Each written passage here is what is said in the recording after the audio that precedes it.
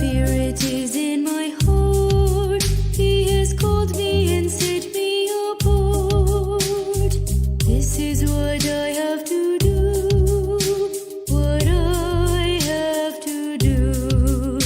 He sent me to bring the good news to the poor. Tell prisoners that they are prisoners no more. Tell blind people that they can see, and set the downtrodden free. And go tell everyone the news that the kingdom of God has come. And go tell everyone the news that God's kingdom has come.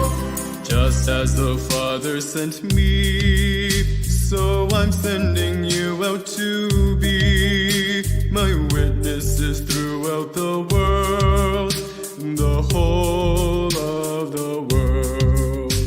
He sent me to bring the good news to the poor. Tell prisoners that they are prisoners no more. Tell blind people that they can see, and set the downtrodden free. And go tell everyone the news that the kingdom of God has come. And go tell everyone the news that God's kingdom has come. Don't worry what you have to say. Don't worry, because on that day, God's Spirit will speak in your heart. Will speak in your heart. He sent me to bring the good news to the poor. Tell prisoners that they are prisoners no more. Tell blind people that they can see, and set the downtrodden free. Set them free. And go tell everyone the news that the kingdom of God has come. And go tell everyone the news that God's kingdom has come. God's Spirit is in our hearts. He has called us and set us apart. This is what we have to do. What we have to do. He sent me to bring the good news to the poor. Tell prisoners that they are prisoners no more. Tell blind people that they can see, and set the downtrodden free. Set them free. And go tell everyone the news that the kingdom of God has come. And go tell everyone the news that God's kingdom has come. And go tell everyone the news that the kingdom of God has come. And go tell everyone the news that God's kingdom has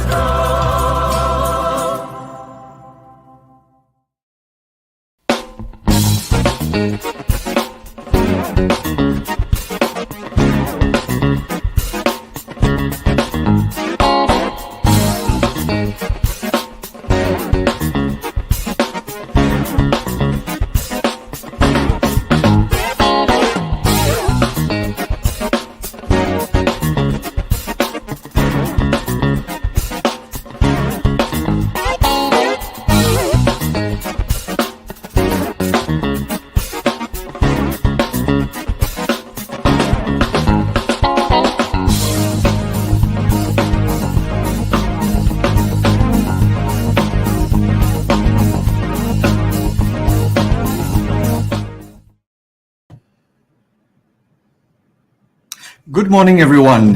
Welcome back to another episode of Catholics at Home podcast. After a short break that we all took last week, welcome back to another episode on this Saturday morning where we bring you different topics of conversation, life issues, church-related issues. And we hope that you've been enjoying our conversations over these 2 years since we started this podcast. So if you are joining us, wherever you're joining us from, whether you are joining us, from here in KL, or in different cities in Malaysia, or even outside of Malaysia, welcome once again to our weekly podcast. Now, this podcast comes to you live from our home studios. That's why it's called Catholics at Home. And it gives you the convenience of sitting at home without going to any particular place to somehow eavesdrop, to take part, to engage in a conversation with us, with our speakers, with our guests that we bring in, to able to enlighten us, to help us to understand better the church, the life of the church, the ministry, our country, and everything and anything that is related to life is a conversation that we bring. So don't forget to share, subscribe, invite your friends to watch us this morning, or to watch all our previous episodes, where you can find them on Facebook, you can find us on YouTube, you can also find us on Spotify. Of course, not the video, but the audio conversations. You can find us at Spotify. Just look for Catholics at Home. And do share with your friends. Tell them to like, to subscribe, because every time when we post a new episode, you will get a reminder. So in that way, you will not forget to join us every Saturday morning. For those of you who have been following us every week, thank you very much for joining us. It's very heartening, when I meet people and they say, "Oh, we've been listening to Catholics at Home and we have found it very interesting."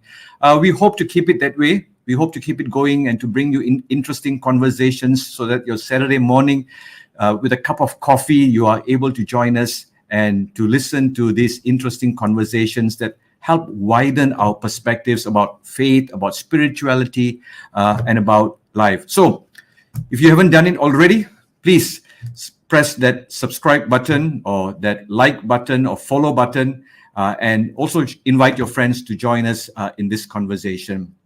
And so this morning we are talking about a process that the church has been taking. And many of you have heard about the synodal process being announced in our churches.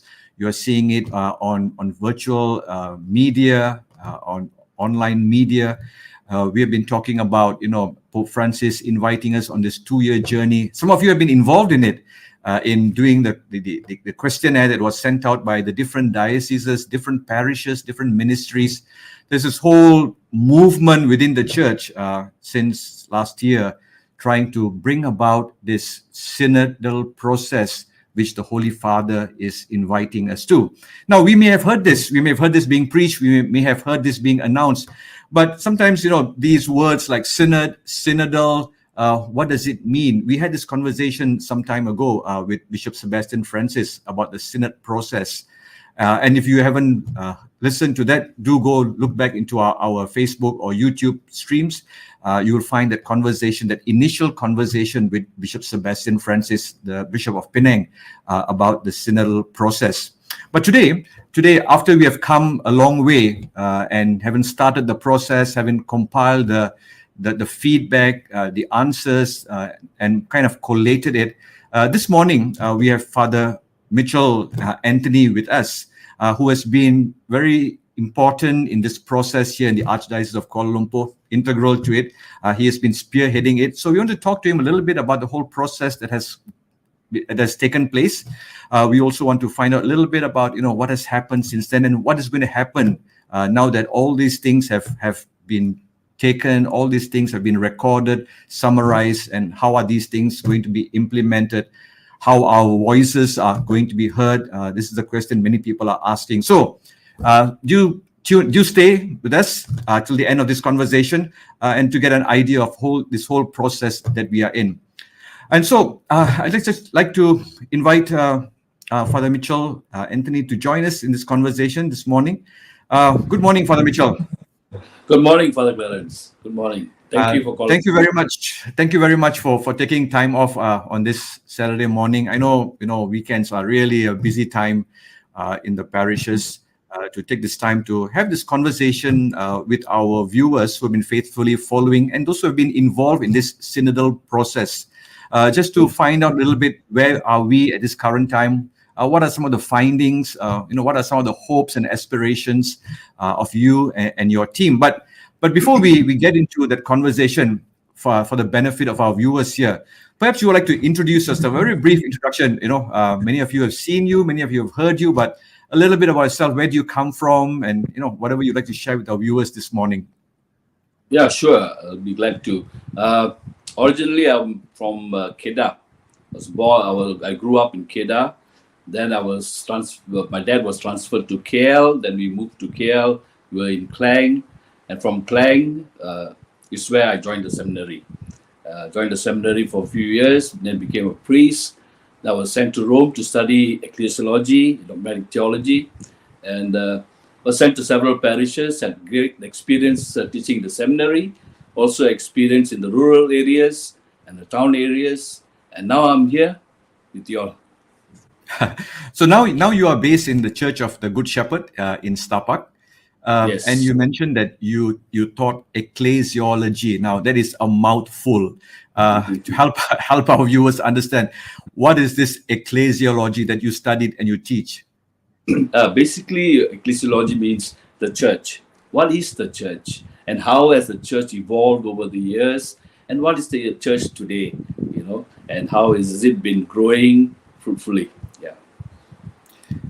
And so, Father Mitchell, as you said that it's about the study of the church, and so you are the right person to talk to a little bit about this synodal process, the synodal church that the Holy Father has called. And you have been very involved in the Archdiocese, and I'm sure also at the national level. But before we jump into some of the findings, just to ask you, Pope Francis started this 2-year synodal process. Okay, synods are not something new in the church. We've had many synods in the church, but this synodal process seems to be something very new. Can you just tell us briefly, what are the different stages in this process? Yeah, in this synodal, the difference is this: the Pope wants the whole church to be involved. This is what synodality is all about: journeying together. All of us have a voice to speak. We all have to listen to each other. And to achieve this, the process involves 3 stages. One is the diocesan stage. And in this stage, the objective is the consultation of the people of God at all levels, from the parish, diocesan ministries, and the religious. That's the first stage. Then the second stage is the continental stage. And the objective is to promote dialogue at the continental level about the text of the working documents, and deepen the discernment within the specific cultural context of each continent. That's the second stage. And the third stage is, of course, the universal stage. This is the Synod of Bishops will take place in Rome in October 2023. The 3 stages here. So when you speak of these 3 stages, the first stage is the diocesan stage, and there's consultation. So many of our viewers probably had taken part in the questionnaires that were sent out. Different dioceses approached it in different ways. One of the things, Father Mitchell, is that just listening and seeing the whole process, this is not something new for us, isn't it? From the time of aggiornamento, talking about consultation, and something that we have been quite accustomed to. So what is different this time, Father Mitchell? If you ask me, it is right from 1976. We have been journeying with PMPC over every 10 years. And within the diocese itself, we have been having APA meetings. Even at the parish level, we had parish assemblies. We have been collecting tremendous amount of data, findings. And it's not something that is new. But the emphasis in the synodal approach is to make sure that everybody is involved. To make sure that everyone, especially those at the peripheries, the marginal people, to listen to them. Not only just church center, also the whole peripheries around. Yeah.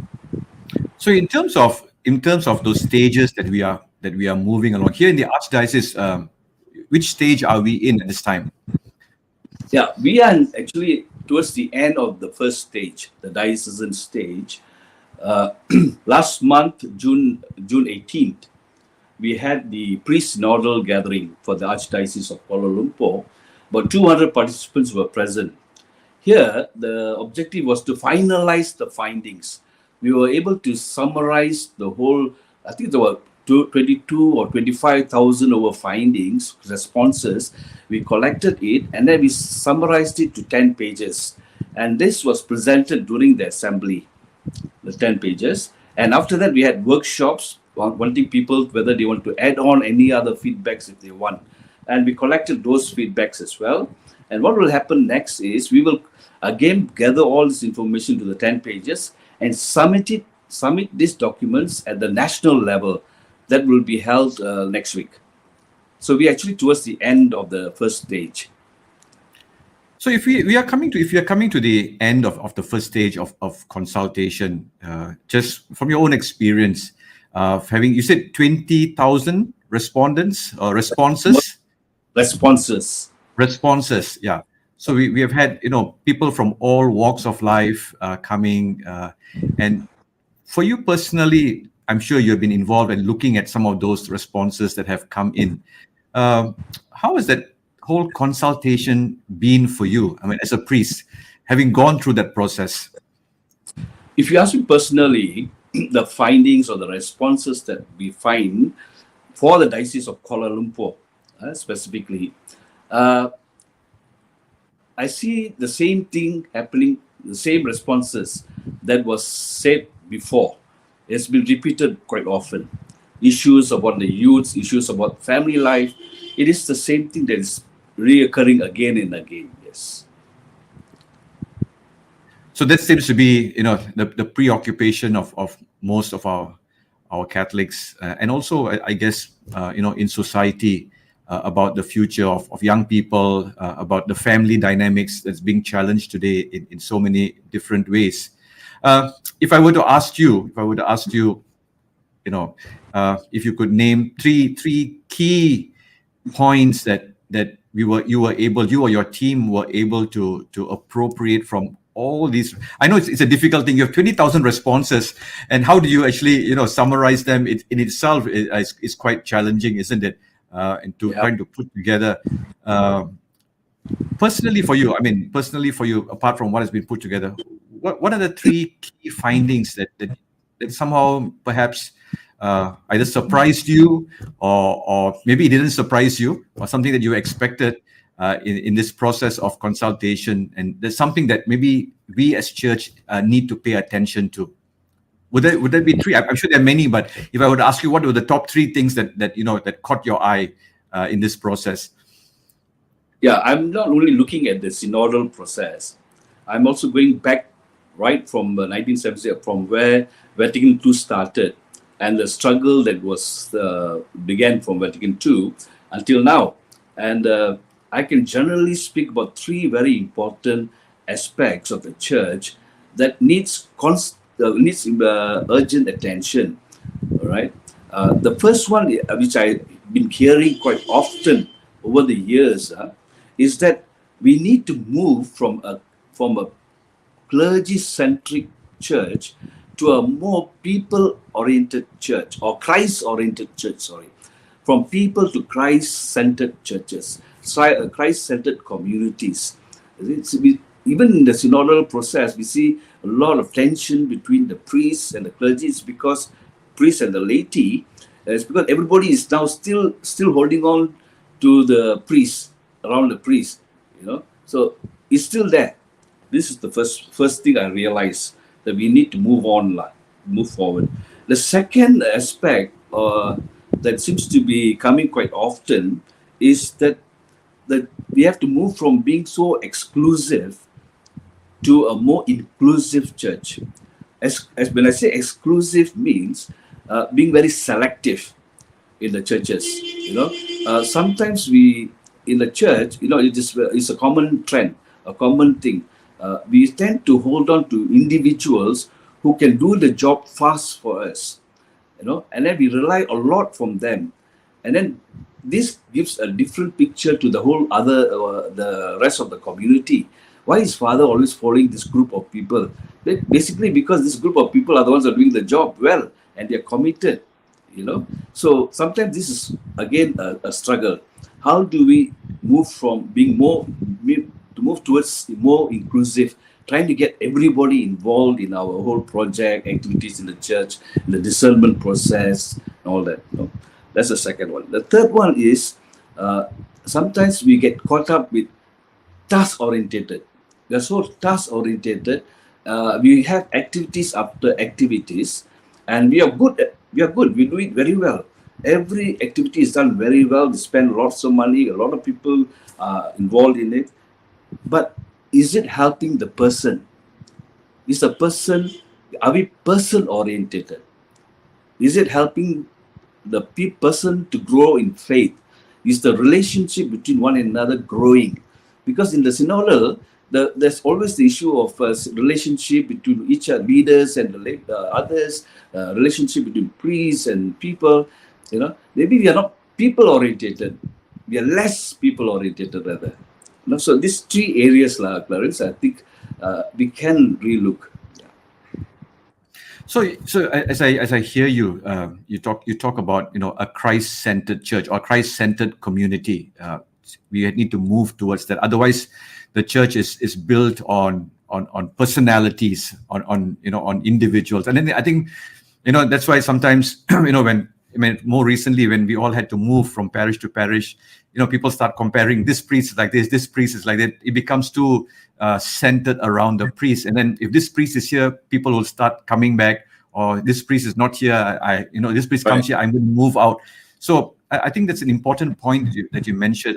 It cannot be centered on the priest, or even in that sense, a community, but it has to be a Christ-centered community, not just an ordinary community. I think the importance of Christ. I think the second thing that you mentioned that really, I think it's being inclusive, and I think that's where I think we need to move towards today. I mean, in the past, even within the church, leave aside different exclusive groups. Sometimes we are divided by language groups in our own parishes. Yes. I am this language group, I am that language group, and I am this line, and then they don't mix with each other. And we all say that we are one parish, isn't it? We are one community, we are one parish. And the moment when you have a community mass, some people say, I'm not coming. I don't understand the language. I don't know whether you face that, because you have all four languages in your parish, isn't it? Correct. So back every Sunday, yeah. And a lot of us are multilingual in our parishes, sometimes we can be one community, but yet an exclusive community because we divide ourselves among the language groups. Yeah, and the third one is we become too task-oriented. I think rightly you put too focused on the task. We have meetings after meetings, isn't it? Planning, evaluation. We forget. I guess what you were trying to say, we forget the spiritual dimension of it, people's growth. I think three key points that you talk about in terms of moving towards. Now, just coming back a little bit, Fr Mitchel, to this whole process. Now, trying to understand. Pope Francis has been trying to move this church in a particular way in a process, and this whole idea of consultation, this idea of inclusiveness that we need in church. Without really, many people are expecting him to change the doctrine of the church, but he's not. But he's trying to find ways how to include people and not exclude them in that sense. From your study of ecclesiology through the years, you have different popes. How would you define or characterize this pope's mindset? This pope, his mind or his ecclesiology, if I can say, draw it from all the documents that I read from him, like Evangelii Gaudium and all the rest of the documents, his mind and heart seems to be more concerned to the people who are vulnerable, the peripheries, the marginalized, the weak, the bruised. And his image of the church, I'm sure we all know this, he has always indicated the image of the church as a field hospital. That itself says, what kind of church is he talking about? The smelling of the sheep. All this speaks about a pope who is inclusive and calls for a different church in the sense that it is welcoming, it is inclusive, it is also something that never leaves anyone behind. Never leaves anyone behind. And if you look at the recent appointment of cardinals that he has done, also tells us, he has taken a lot of cardinals from peripheries already, smaller nations. He has taken people from smaller nations to become cardinals, to be with him at the office. So this speaks about himself, an inclusive Pope. Yeah, I think his concerns are very real. I think he said Evangelii Gaudium. He talks about Amoris Laetitia. You talk about creation, Laudato Si, and more recently about Fratelli Tutti. That we are all brothers. We are all brothers and sisters, journeying together. I think he, like you mentioned, he's been trying to be inclusive of everyone, and yet some people choose to exclude themselves, isn't it?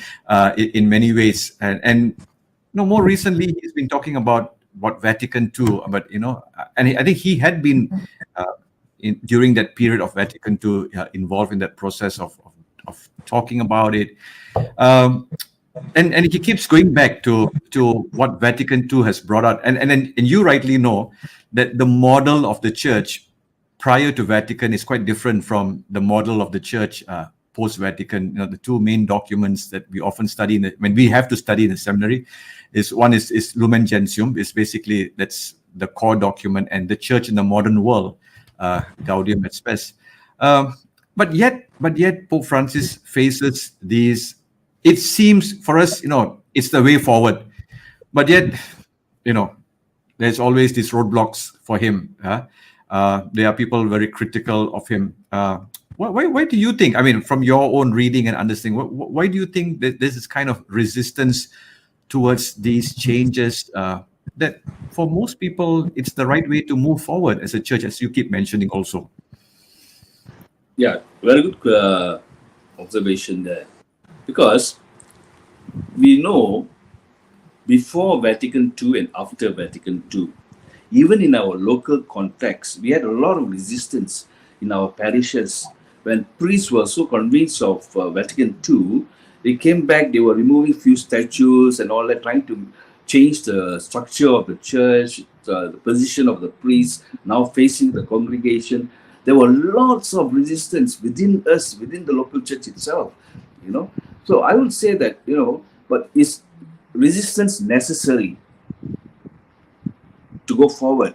I think it is necessary, it is inevitable, because resistance, we will have residues. There will be residues will still linger on, really? But there will be a time it will go off slowly. But, as you say, change is very difficult. Even in my own parish, I want to change this community's mindset. It's so difficult. If you say I got four Tamils, 4 language group, tomorrow if I say I'll have 1 mass, I'm gone. People will not simply accept it. Therefore, I don't blame the people, but I think change needs time. And to move forward, we cannot change it overnight, but we need more popes like St. Francis to continue this journey. As long as we don't go backwards, as long as we are moving, as you said, put 2 steps in front, 1 step at the back. We move 2 steps in front, 1 step at the back. As long as you're moving forward, we are okay.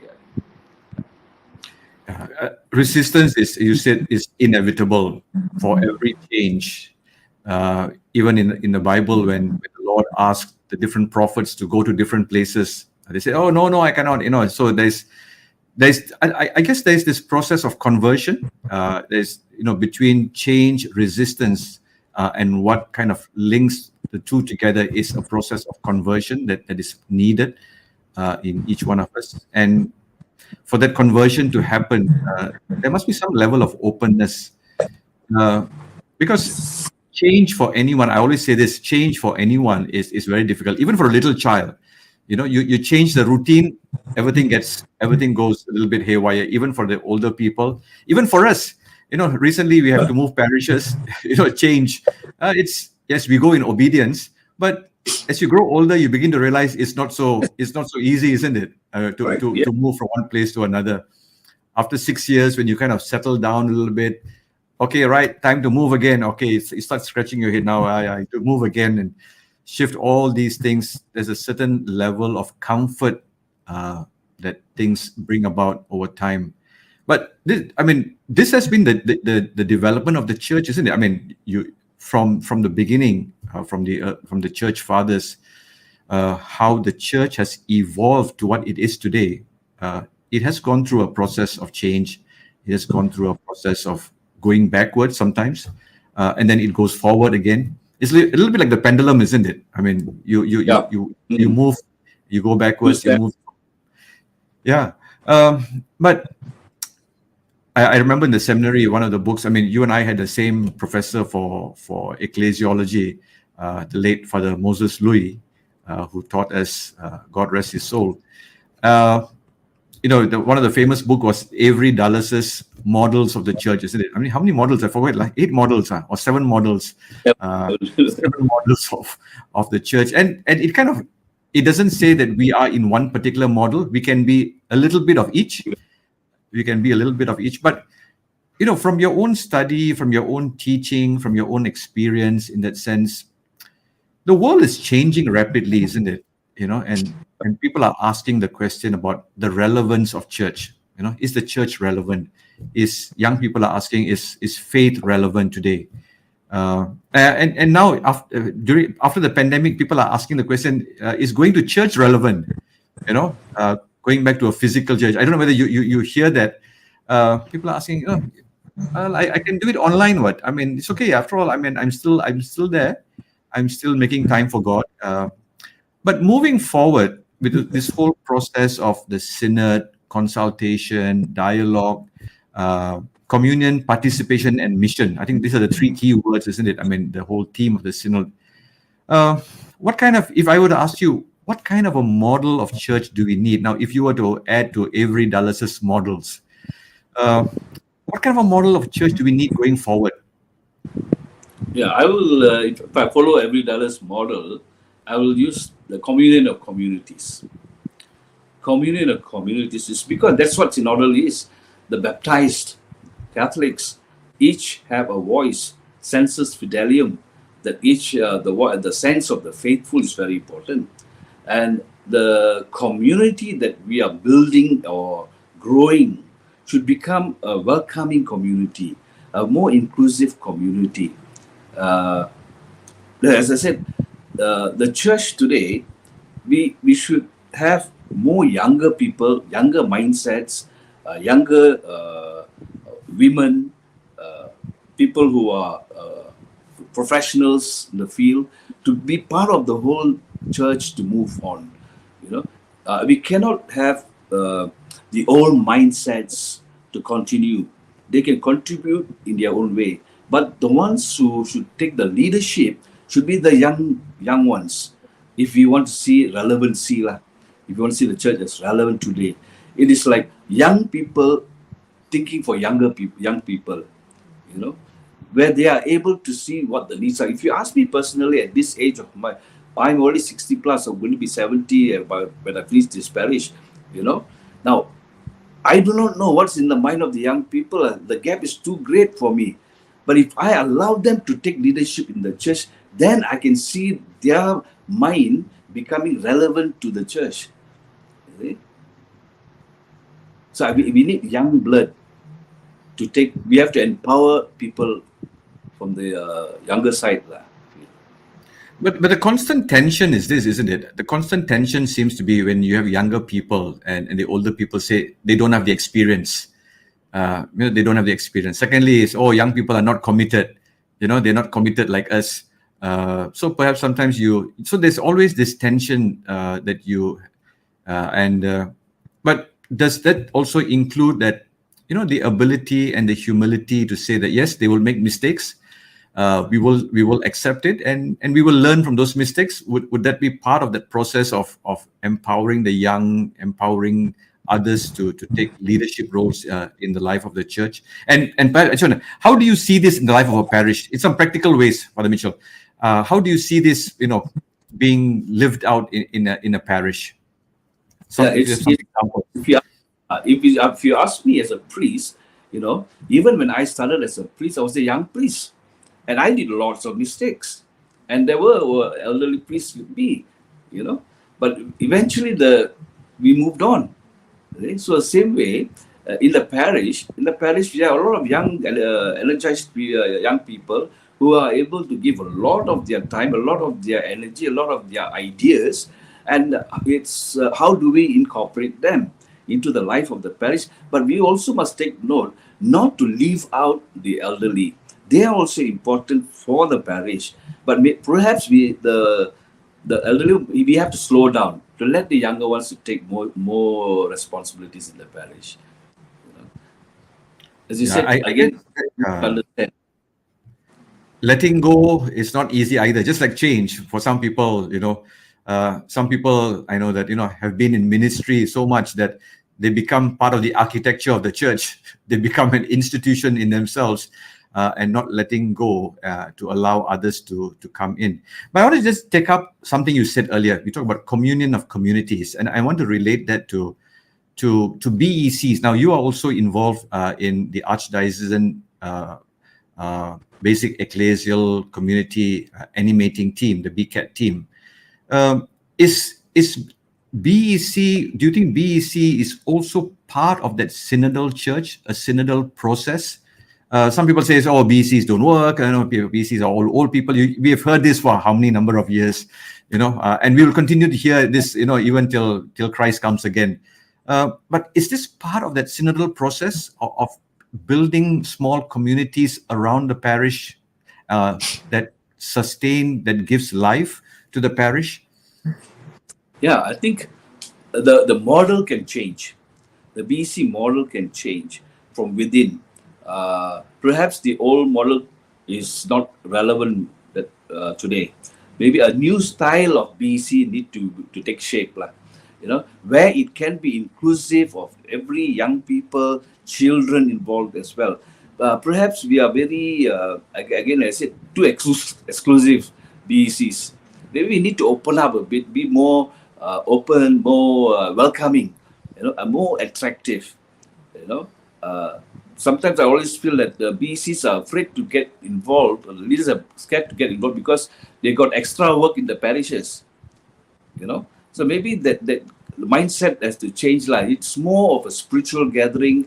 It's empowering each other, growing together in the spiritual life, reading Bible, sharing the Word of God. Like the early Christians. Yeah. So I mean, BEC is something that we can talk about, in a whole conversation, and of course the pros and cons. And I think you put it quite clearly that the model or the operational part of the BEC perhaps can change, and how the BECs are inclusive. Sometimes we become too territorial, too geographical, that we exclude other people, isn't it? In some ways, maybe that's how we need to rethink. But it takes a while. It takes, some people they like it because they like the familiarity. Some people want a change, want a challenge. So trying to blend those two things can be quite challenging. But moving forward, we talked about this whole process that we have had, consultation, asking people what they think about the church. I'm curious. I myself have not looked at the 20,000 responses, but just listening to what has been presented. Do you think that we as church, when I say church, the people of God, have we come to a level of maturity to be able to shape and direct the church in Malaysia, or the church here in your own parish? Or are we still stuck with, the little tiny squabbles, this doesn't work, that doesn't work, the toilet's not repaired, not enough masses? Are we still stuck there just looking at those responses, or have we matured? Because we have gone through this process several times, isn't it? From PMPC consultation, from your own reading. Yeah, I agree with you.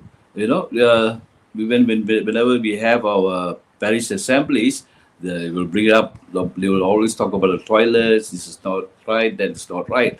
I think this is also partly because we lack formation. Good solid formation, even the systematic formation at different levels. This is really lacking. There are a lot of good intentions, committed leaders who want to do lots of things, but the how to do it is missing. They want to do, but they do not know how to do it, how to approach the situation. You have a liturgical chairperson who is very committed in all areas, but she or he must know what is the role of liturgy in the parish. How is the worship going to enhance the whole parish?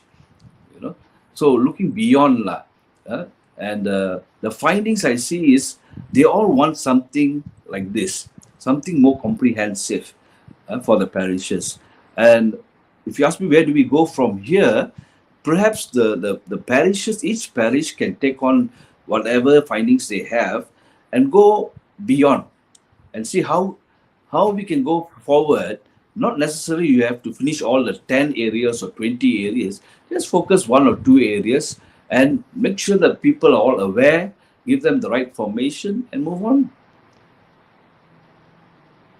Yeah, I think perhaps that's what we could work towards. Otherwise it becomes too overwhelming, isn't it? You have too many things to work on, or too many things you want to change. You feel so overwhelmed. At the end of the day, you don't do anything. You're just too overwhelmed by the whole situation. But you mentioned a little bit about the early Christian community, the early church, the new churches. Do you see a similarity between the early church and the apostolic church and the synodal process that the Holy Father is inviting us to? Do you see any similarities between those two? Similarities, yes, and also dissimilarities. Similarities because they are people, good-hearted people who have good faith, strong faith. They are all there sharing together. In fact, in my WhatsApp BEC groups, that is for the whole diocese, I see a lot of people are sharing lots of things there. So the spiritual nourishment is going on. What the similarities is that, again, the collaborative ministries, the collaboration. How am I linked to the bigger church? How am I linked to the whole diocese? How am I linked to the different activities? Or am I just my own community? Am I stuck with my own community? So that seems to be the dissimilarities. Whereas the early church, they were all together, although they were all living different groups. The priest who comes once a year or something like that, but they were all together, sharing their own belongings to each one another, helping out the poor, whatever. But they were all living together in faith. You talked earlier about a welcoming community, isn't it? I mean, you mentioned, we need to become a welcoming community.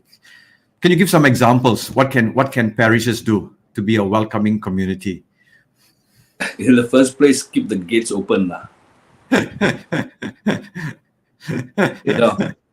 We tend to, we are too cautious, and we want to put we want to prevent a lot of things from happening, and then we are actually putting people outside the gate, which is not fair. They're coming all the way from different parts of they're coming by they're coming with all the jam, with all the traffic. They come there, then they're just 5 minutes late or 10 minutes late. They just have to stand outside. I think that's quite sad, lah. So welcoming church is to welcome them first, welcome them, and then we try to form them. And the church must be always open to everyone now. Yeah, I think we went through a very difficult phase in the last 2 years, the pandemic, with all the the SOPs,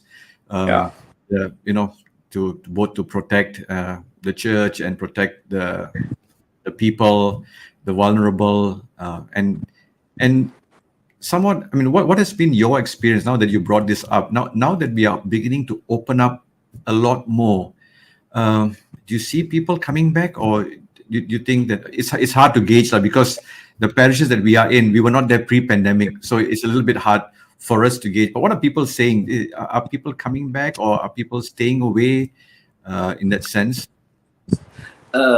Here, I like to, in my reflection about this, there are two categories. You have the rural setting, you have the urban setting. Now, I'm coming from Port Klang and then coming to Good Shepherd and all that. It's not right in the speck of the town. It's not in the urban setting itself. So what I see in the outskirts is people are coming back. People are coming back because I think the key word is there's a great sense of belonging to smaller churches. Because it's they're a small group of people. They all belong to the church. When you have a feast day, everybody is there. Their uncle, auntie, everyone is there. No matter where they all come. So they are all coming back to because there's a sense of belonging. Whereas in the city area, the sense of belonging is lesser. Because they're all preoccupied with so many other things. They only come during that 1 hour and go back. See? Whereas in other churches, outskirts, they stay there. Most of the time, their youths are there, their friends are there. So here they all come back. Yeah.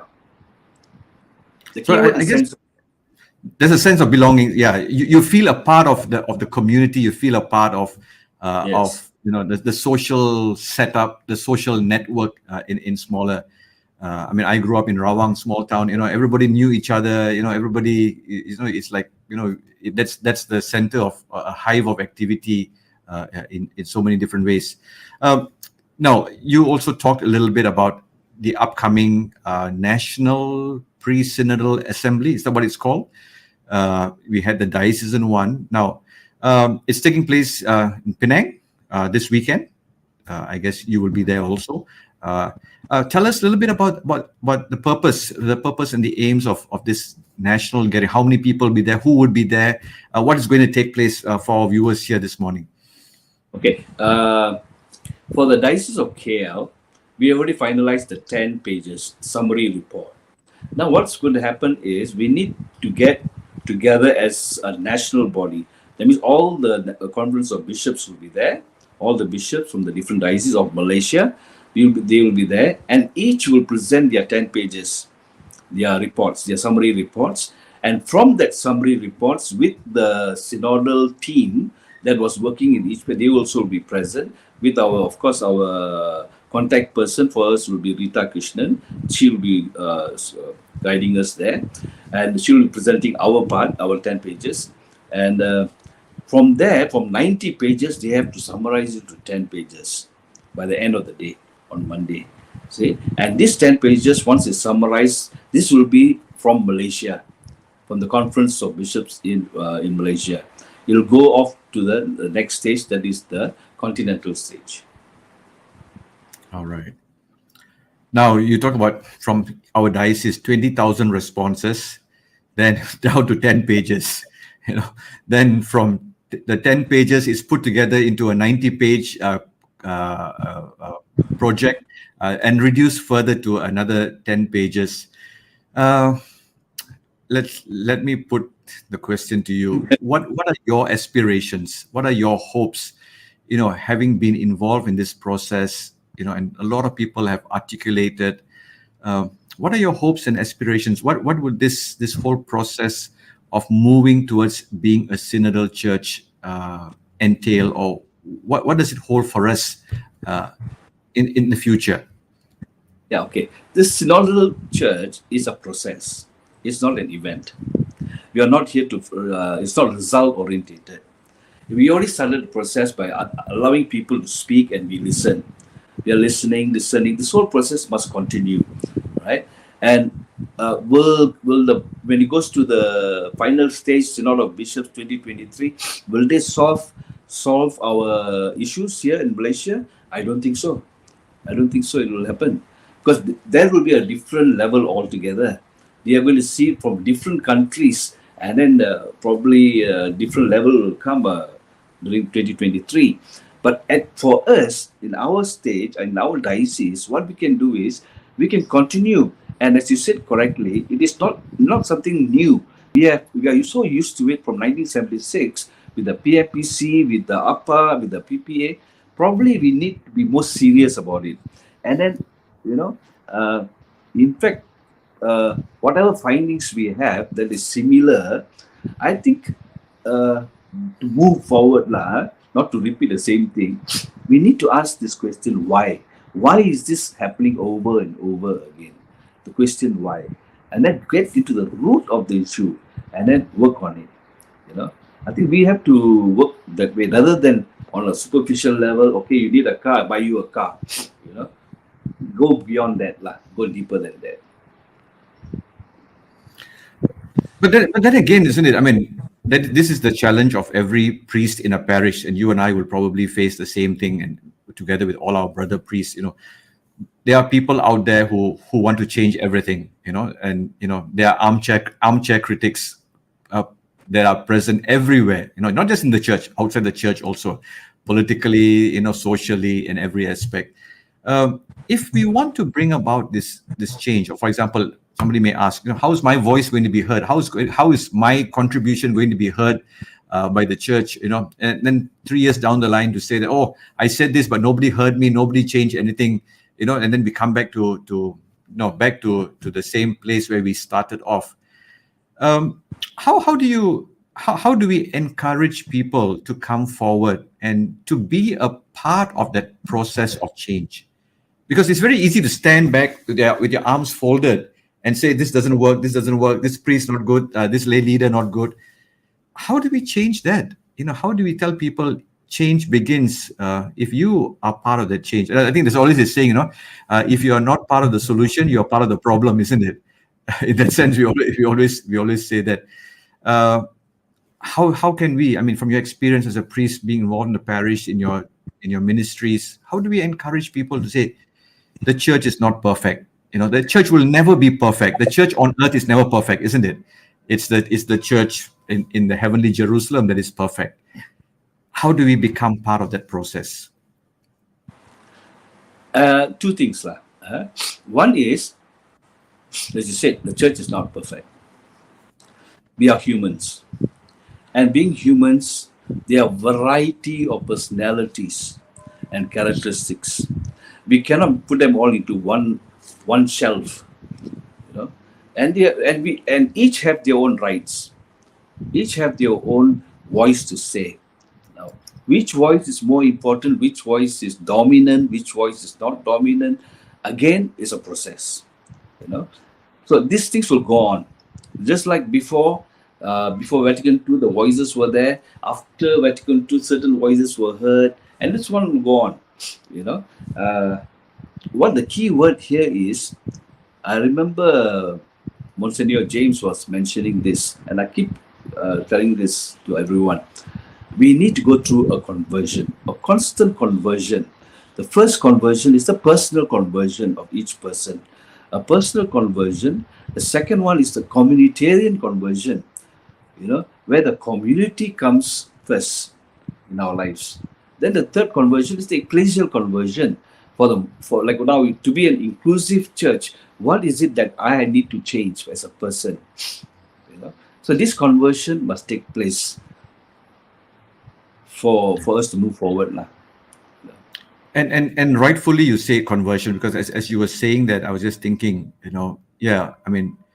conversion primarily is the work of the Holy Spirit, who brings about the change. If we think that we as humans can change things, then I think we are short-sighted in that sense, because by our own human effort, sometimes we feel we cannot change. Sometimes we feel that, we are hitting a brick wall. We can't move forward.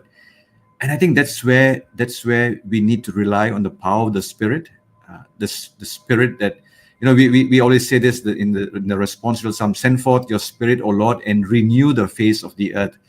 And the renewal, the change can only come from the Holy Spirit. But it needs our cooperation, isn't it? It needs human cooperation in order for the Spirit to work. And sometimes we are constrained by timelines. We are constrained by people's expectations. And you say, the conversion that at every stage, whether it's community, whether it's ecclesial conversion, it is to rely on the power of the Spirit to move forward. Yeah. Father Mitchell, thank you so much for having this conversation. I was going to say conversation with us. Since we are talking about conversion, thank you so much for taking time to share with us this process. And any last words? I mean, as we come to the end of this conversation, as you said, this conversation can go on because the synodal process goes on. If you are saying to your people at the end of this process in your parish, what would you say to our viewers here this morning in terms of what needs to happen immediately for us to become a synodal church? What is the first step that we all need to take? The first step we need to take, my last phrase here is, we have to realize, I am the church. We are the church. We are the church together. It's not for me just to say things, but I am part of the church, a sense of belonging as a church. And once we get the sense of belonging as church, then we can move forward.